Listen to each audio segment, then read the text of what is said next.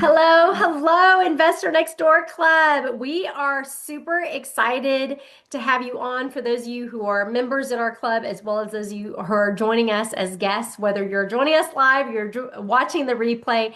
We have got a special evening for you. We've got a very, very special guest who is joining us. Julia Myers is an incredible woman that I met in a financial and wealth seminar for high performing women. And she was absolutely spectacular at the event. And I knew I had to meet her. I had to come into relationship with her. And I had to get her in front of our community because as she and I spoke, we knew that we shared the same heart, which was really to change the generational conversation around finances and wealth and really teach everyday people and average Americans what the wealthy have taught their kids for generations. And it's time for us to be able to be equipped so that we can have strong, powerful conversations with our kids and our grandkids, and hopefully, for God willing, great grandkids for some of you. She's a mama of five. Her kids range from age 10 all the way to 22. She's got elementary as well as grad school kids. So she has got the whole gamut. She's in the trenches, just like you, just like me. And she has a heart for the next generation, helping them really be able to stand on top of our shoulders and start where none of us were able to start. So, with that, welcome, Julia. We're super excited to have you. Hello, everyone. I am just excited, honored. Thank you for the invitation. And like Mary said, I'm Dr. Julia Myers, and this is how to talk about money before it gets weird. So if you've ever tried to explain why we don't buy something in the checkout line, maybe it's sweets, maybe it's a magazine, whatever, you are in the right place because this is the conversation that really matters. Is not about can you afford it, yes or no, because most of us live in a first world country. We are able to afford all kinds of things, but we can't buy everything. And so let's go ahead and start with a question. What is your very first memory of money? First memory of money. If you want to drop it in the chat, if you are listening and watching this replay with your partner, it's okay to whisper because maybe they don't even know. But for me, it was when I was 5 years old. Sitting at a round oak kitchen table, my dad heaves this giant jar of coins onto the counter and is like, kid, let's get to work. And so I did. We're counting, we're stacking, we are rolling coins into those paper sleeves that I don't even know if they make anymore, but every single penny mattered. Does that resonate with anybody else? Okay, well, I suppose it's only natural that I would end up actually as a pharmacist, so counting for a living. So turns out I can be a professional pill counter and a coin counter since the ripe old age of 5. But what stuck with me longer than the smell of money in my hands, because we all know what that's like, was that money mindset that came with it. One of scarcity, one of save for someday, not just save for a rainy day, but the sky is going to fall and you're going to be the only one that can carry and get yourself out of it. Remember those coins, the smooth, the cold, heavier than they looked. And maybe in a way, that was the moment it felt actually heavier than I realized, because that's what I learned is money isn't just the math. It isn't just 5, 10, 15, 20. It's the meaning behind it. And so I want to invite you into our conversation today.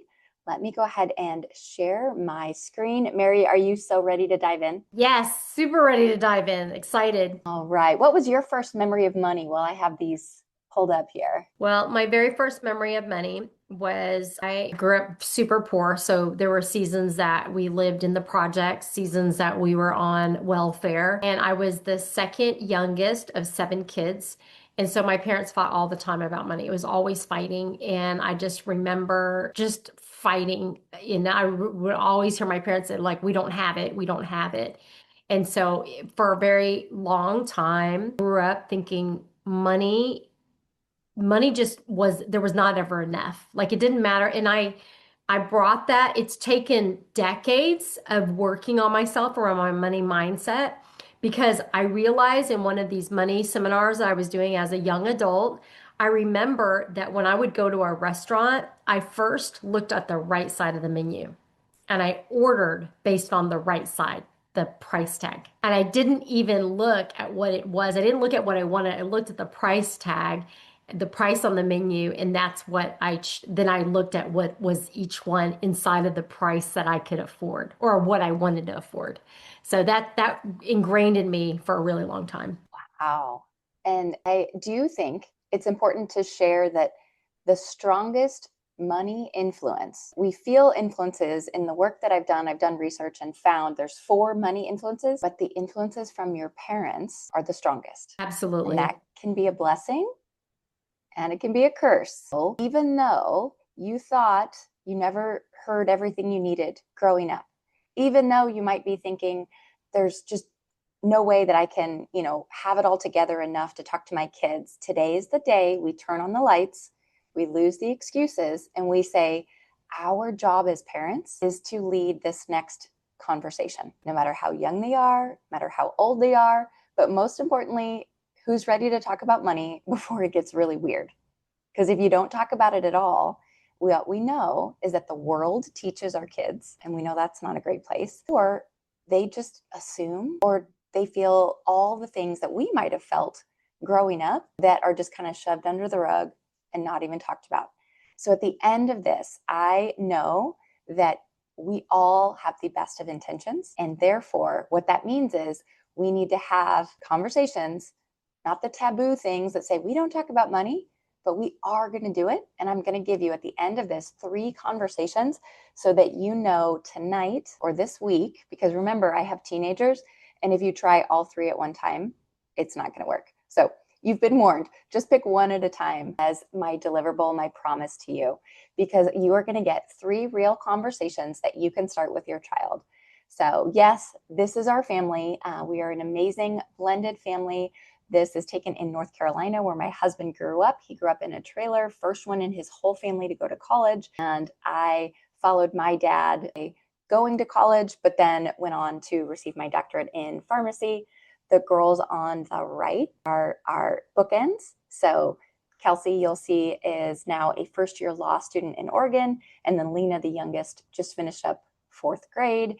And then our amazing 3 boys right in the middle. So if you've got more than one kid, you know the tea. You know that dinner table conversations can be very old, they can be very young, or just completely just crazy. And what that means is we're going to have some real conversations. That's your permission slip. If you didn't read between the lines, you don't have to know it all. You don't have to have it all figured out. But what you do have to do is lean in and maybe take the initiative. And then you get to sit back and do a little bit of listening. So my free gift to you, no strings attached, is for those money moments. We've all had them that completely catch us off guard. I would love to invite you, if you don't do anything else tonight, grab this resource, scan the QR code on your screen, or you can go to saythis.juliamyers.com, because really, we all need a say this, not that. Spoiler alert, it's because I did them all wrong. All of these scripts, these 8 things, I completely got wrong. And I sure wish I would have had this blueprint when it meant to being prepared and having some sort of a resource to prepare me for those crazy off the wall questions. So, Mary, have you ever had a random just money question from your kids that caught you off guard? If so, are you comfortable to share? Trying to think. We've had lots of money conversations. We've had some really funny money conversations with our kids. Our oldest, when she was in college, my husband was helping her create a budget for when she was graduating. And she created her budget and she did all that. And she had 20 or 25% for entertainment and travel. And she had zero budget for rent or mortgage. So we were like, okay, let's back it up a little bit and let's talk about what we need to survive, like needs versus wants. And so, really having that conversation. So, it was a little bit funny that she hadn't thought of needs first. So, what did we That's do that she missed that? Like, I thought we've done so such a well. great reminder. Like van life chose you, or Yeah. something. Yeah. And do you want to just kind of call out that there is no way we can prepare them for everything? There will be those things that go unsaid or those lessons that go unlearned. But if we each remember back to maybe it was that first money story or maybe it was that first money mistake, we all made them. Yeah. That is what taught us. That is the hard that we navigated through. that kind of gave us the skills that we have today. And so just a friendly reminder that no, you don't have to know everything. And there are a few things that we can do to kind of move us forward. Because just like Mary, you said, it doesn't get weird overnight. Great things. Talking to your kiddo about their budget while they're in college and managing what are your needs, what are your wants, how much discretionary spending do we have? But it doesn't happen overnight. So, how many of us can kind of identify or relate that money is weird? And yes, I'm going to name it, because when you name it, it takes away the power and it helps us find a skill that can help us manage it. So, who has felt money is weird because we've avoided it? How is my in-laws? They just don't talk about it. They just don't do it. They just wait for paycheck Friday, and that's just kind of how it was. How about guilt? How many of us as parents are like, oh, my kids deserve a life better than what I had growing up? So Mary shared a little bit of her background. I shared a little bit of my husband, and my background was we had everything we needed, but not everything we wanted. And I remember being little saying, I can't wait to be able to buy my kids whatever they want when they grow up. Well, that's kind of motivation out of guilt, not necessarily out of all of the places now that we call abundance and generosity and all those things. That was me saying, well, we're a blended family and they must need more things or more monetary gifts or stipends, if you will, because, this must have been hard on them. And so from a guilt perspective, that can be a really powerful way that money gets really weird. Comparison. I do want to hold space that kids these days have it way harder than we did. I'm a cusper, so kind of Gen X, kind of millennial, depending on which studies you look at, that the comparison has gone from who lives next door, who bought the boat, who has the new car, the new job, but you could also hear them arguing. You could hear them bickering about it. You could see the dysfunction. But now the world is in our pockets, and the world of comparison and the Joneses are hashtag everywhere. And so that world of comparison, especially for our kids, maybe the young adults, the teenagers, they are seeing unexplainable comparison. And it's so important that we as the parents are that grounding foundation that can support them in what is reality and what is maybe a goal or some sort of a dream or some sort of a just filter that isn't even real. I want to call out how inconsistency can be weird. When I grew up, I didn't ask my mom for money. Mom said, ask your dad. Actually, she said, ask your father, but only when he's in a good mood. How many of us can relate to that? So inconsistency is weird. We like to sometimes think as parents that it's got to be exactly equal, that every Christmas, all the kids have to get the same number of gifts. Well, if you've got teenagers, you know that those teenager gifts get a lot more expensive than maybe the small Dollar Tree or Five Below gifts that can completely entertain our 5 and 7-year-olds. So inconsistency, another way that money gets weird. And then finally, unanswered questions. It's okay not to know the answer. However, I want to caution if we never address that root cause or that root question. So that unanswered question of how much money do you make? It's okay to say, you know what? I think that that's a really great question. I'm not prepared to answer it right now, and I'm excited to get you the best answer, and I'll get back with you. What maybe would not be okay or less than ideal and definitely weird if you're like, oh, no, we don't talk about that. Don't ever ask me that again. That's not appropriate. Well, kids are curious, and it's okay not to know the answer. It's not okay to not answer the question. So I'll ask you, how confident and how regularly do you talk about money? So some statistics that I have pulled from different bankingrates.com and different studies, 1 in 4 of parents regularly talk to their kids about money. So if you're one of the 4, congratulations. I want to shout out, you are weird, as Dave Ramsey says. You are not normal. And for the 3 out of 4 of you, you're not alone. You're not the outlier. You're not the one that's just doing something wrong. It's pretty common not to regularly talk about money. I do want to put an asterisk on it that talking about money doesn't have to be weird if we obsess about it. How many of us know those people that they only talk about money? That's it. 100% of the time, that's all they talk about is the deal or the cost or the challenge or the tax or the fee or whatever. That's not what I'm talking about.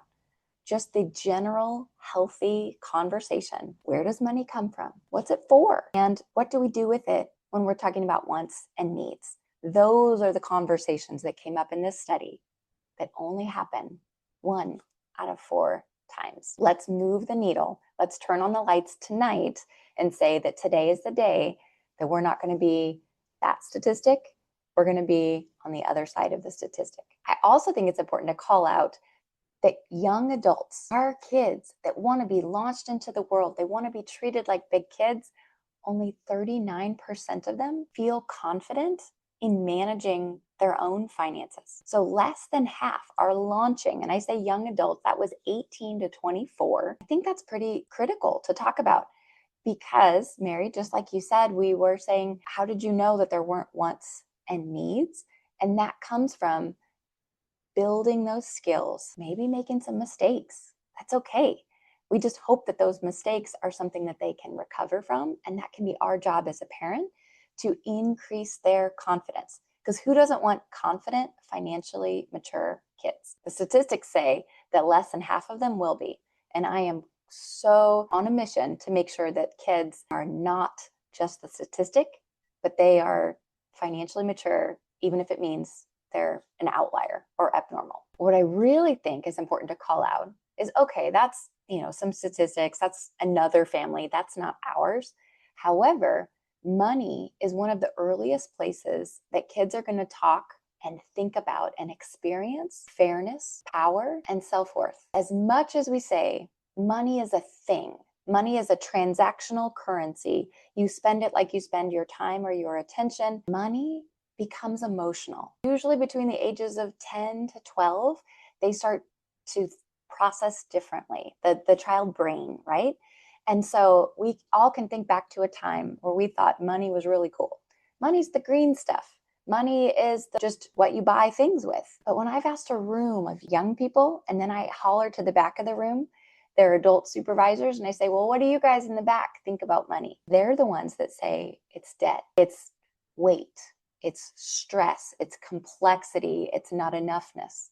It's moved from being a noun and a thing to an adjective. So I think that if we're avoiding this conversation altogether, we risk that our kids are now thinking about power, self-worth, self-identity, and fairness in an unbalanced way. Like it or not, that's the world that we are in. And the scariest thing of all is that 3,200 families were studied, and 70% of the wealth that passes from parents to child is gone in one generation.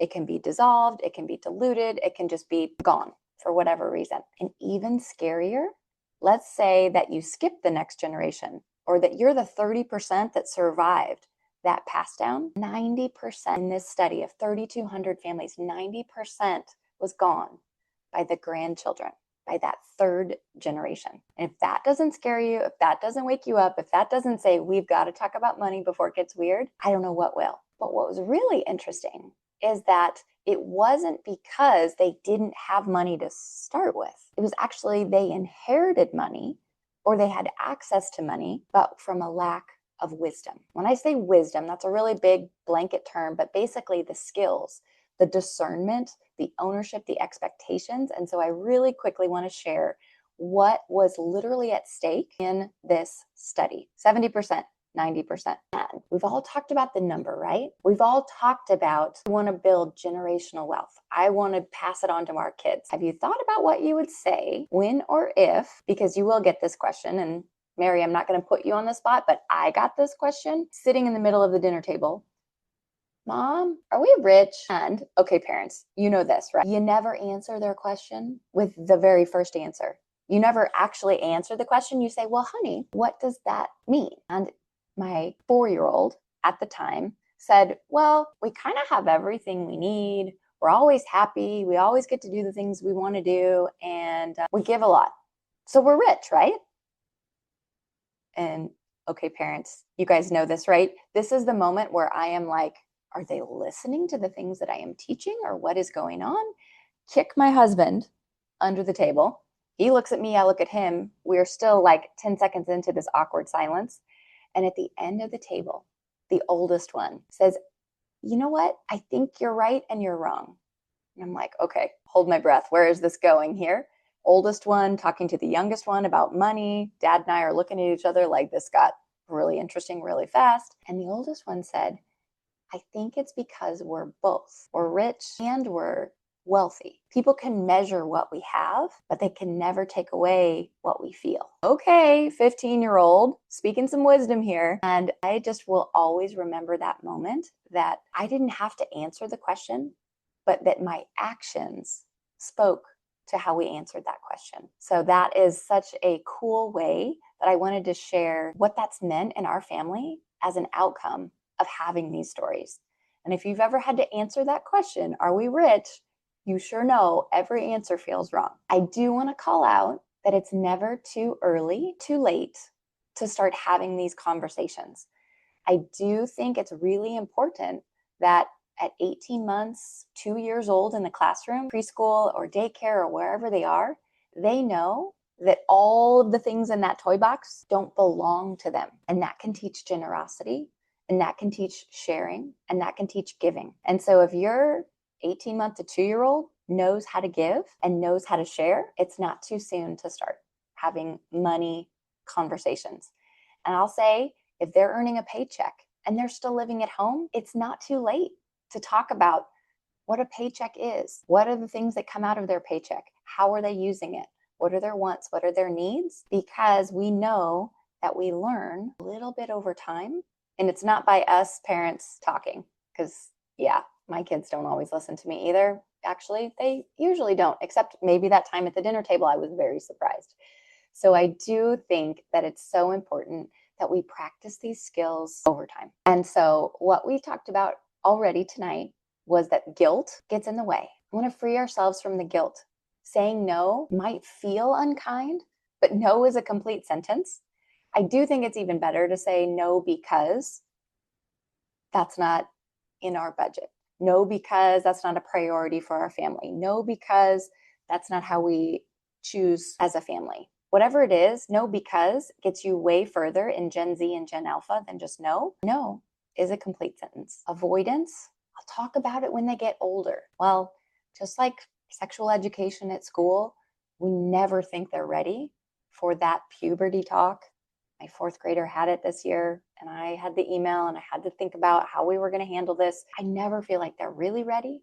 And yet all they want is to be treated like a little bit older than they are. If we can meet them where they are as parents, based on their maturity, based on their just context, I think that's really important. And avoidance is not going to be something that can be an excuse any longer. And what's really interesting is that our money stories, our ability to think about what are those things that run through our minds when we were kids and we said we're going to do it differently when we grow up, that childhood script is going to continue to run in the background. And we've got to start with talking through our own money story and then talking through our partner's money story if we have a partner in the picture. And we've got to really understand and hold space that everybody has a money story, whether we like it or not. We didn't write it, but that's the one we got. But now going forward, you can start to write what's going to happen next. And so I think it is super important for us to kind of just think through that the wealth that we're passing on to our kids is one thing. But if we're not passing on the wisdom to manage it, we're kind of playing the lottery. We are saying, hey, I'm going to give you a bunch of money and hope that everything's okay. And how many of us have seen how lottery winners usually turn out? Not so great, right? And so I think it's really, really important that we call out that the wealth without wisdom is wasted. And so I would love to share with you, we don't have time to cover everything tonight. I have a bunch of topics that I cover in my Generational Wisdom Playbook, but your action items for tonight are 3 conversations that change everything. So what I would like you to do is join us tomorrow for the member community conversation. We're going to role play. We're going to step through all of these conversations. We're going to say, is this a need or a want? Because how many of us have heard, I need it, or I just really, really want it, right? And instead of saying no, I've got some things that we can say in response. We're going to talk about the in our family conversation. In our family, we dot, dot, dot, fill in the blank, whatever it is. That is a solid way to navigate money conversations when it comes from the foundations and the values of our family. And then, oh, I love this. You can only pick one conversation. So if that sounds exciting to you, let's go ahead and have Mary share a little bit more about what it looks like to be in the community, to unpack and dialogue and kind of role play. And then again, if you didn't grab it, I would love to give you a free resource that is Say This, Not That. 8 conversations for every stage that you can start having this week. Again, thank you so much. And Mary, back to you. All right. I love so much the conversations that we're going to have tomorrow. For those of you who are members of Investor Next Door Club, you can access that at 10 a.m. Central in your Investor Next Door Club portal. If you are not yet in our community, but you know this is the type of conversation you need to be in, that you need to have to really take control of your financial future, not just for you, but for your kids and your grandkids and your future great grandkids. That's what's at stake. It's generations of people that are set up for wisdom. And if you know, we're all working really hard to provide a better life for our children.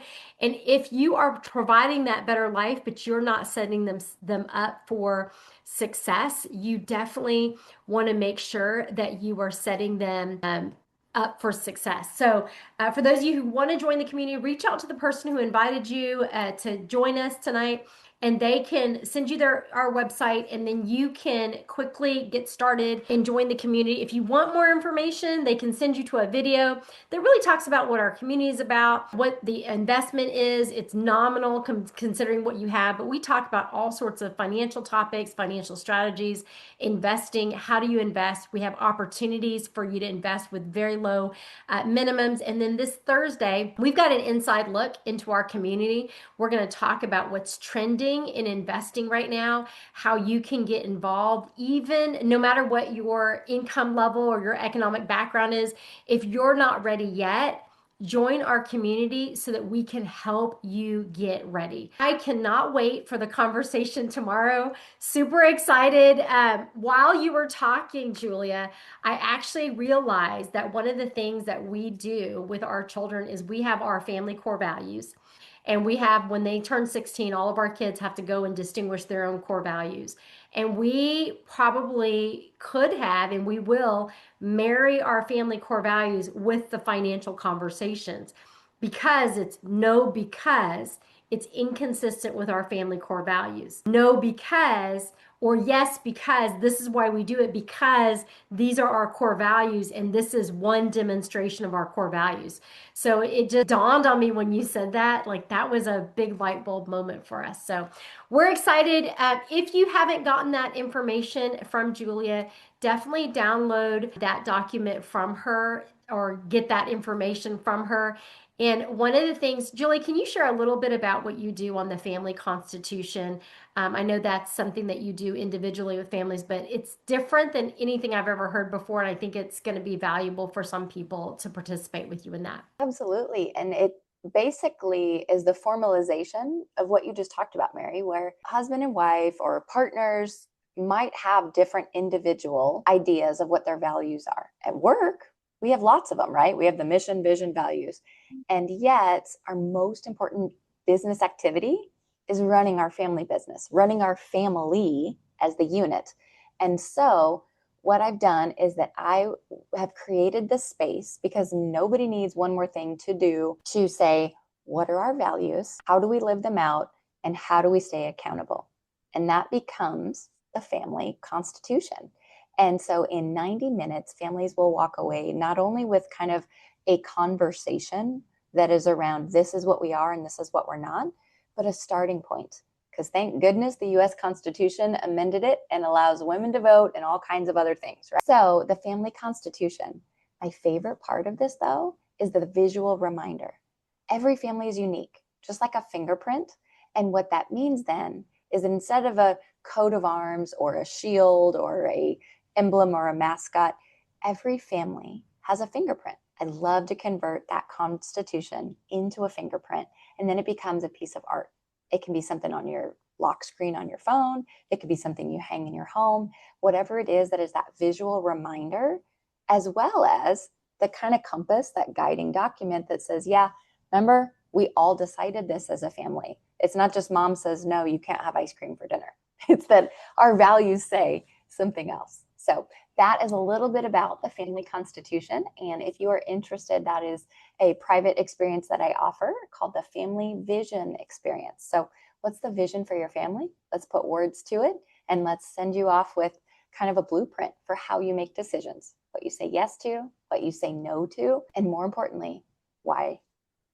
Yeah, that's awesome. Well, we appreciate your time. For those of you who are in the community, you are going to get to hear more from Julia tomorrow. Be prepared. Bring your spouse, if you have one, to that conversation because it will be an incredible blessing. You guys can grab the link here from Julia in the chat, and we will see you all very soon. Thank you. Thank you, Julia. Bye-bye.